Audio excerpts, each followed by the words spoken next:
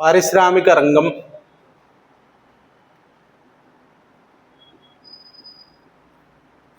పారిశ్రామిక రంగంలో ఉపరంగాలు అని అన్నప్పుడు మనకి ముఖ్యంగా తయారీ రంగం అంటాం, నిర్మాణ రంగం,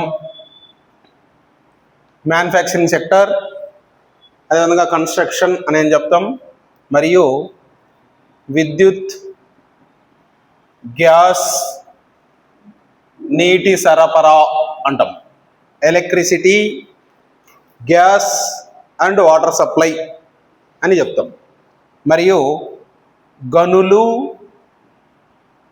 త్రవ్వకాలు అని చెప్తాం అన్నమాట, మైనింగ్ అండ్ క్వారీయింగ్. వీటన్నింటినీ మనం పారిశ్రామిక రంగ ఉపరంగాలుగా చెప్తాం. జాతీయ ఆదాయాన్ని లెక్కించేటప్పుడు పారిశ్రామిక రంగం యొక్క వాటా జీడిపిలో ఎంత ఉందని తెలుసుకోవాలంటే తయారీ రంగం నుంచి ఎంత ఉత్పత్తులు వచ్చినాయి, నిర్మాణ రంగం నుంచి ఎంత ఉత్పత్తులు వచ్చినాయి, విద్యుత్, గ్యాస్, నీటి సరఫరా నుంచి ఎంత ఉత్పత్తులు వచ్చినాయి, గనులు, త్రవ్వకాల నుంచి ఎంత ఉత్పత్తులు వచ్చినాయి అనేది మనం గమనిస్తే ఈ మూడింటి యొక్క మొత్తం పారిశ్రామిక రంగం నుంచి వచ్చినటువంటి ఉత్పత్తుల విలువకు సమానం. మరి 2025-26 భారత ఆర్థిక సర్వే ముందస్తు అంచనాల ప్రకారం, అంటే అడ్వాన్స్డ్ ఎస్టిమేషన్స్ ప్రకారం తయారీ రంగం యొక్క వాటా భారతదేశ జీడిపిలో ప్రస్తుత ధరల వద్ద ఎంత ఉంది అని అంటే 24.30%, 24.30%. ఇది భారతదేశానికి స్వాతంత్రం ఇచ్చినటువంటి తొలినాళ్లలో కేవలం 13.3% మాత్రమే ఉండేది. మనం 24.30% పెంచగలిగినాం అనేది గమనిస్తే, మరి ఉపరంగాల వారీగా చూస్తే భారతదేశ పారిశ్రామిక రంగం వాటా జీడిపిలో మనం గమనించినప్పుడు ఈ అత్యధిక వాటాను సమకూరుస్తున్నటువంటి ఉపరంగం ఏది అని మనకి ప్రశ్న అడగడానికి అవకాశం ఉంటుంది. అది తయారీ రంగం అని చెప్తాం, మ్యానుఫ్యాక్చరింగ్ సెక్టార్ అని చెప్తాం.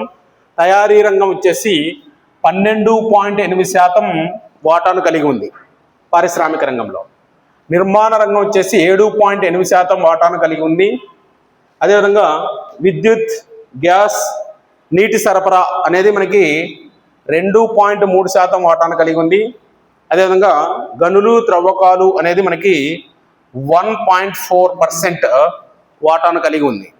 అనగా 2025-26 భారత ఆర్థిక సర్వే ముందస్తు అంచనాల ప్రకారం భారతదేశ జీడిపిలో ప్రస్తుత ధరల వద్ద పారిశ్రామిక రంగం వాటా 24.3% ఉంటే, ఇందులో అంటే పారిశ్రామిక రంగంలో అత్యధిక వాటాను జీడిపిలో సమకూరుస్తున్నటువంటి ఉపరంగంగా తయారీ రంగం చెప్పవచ్చు.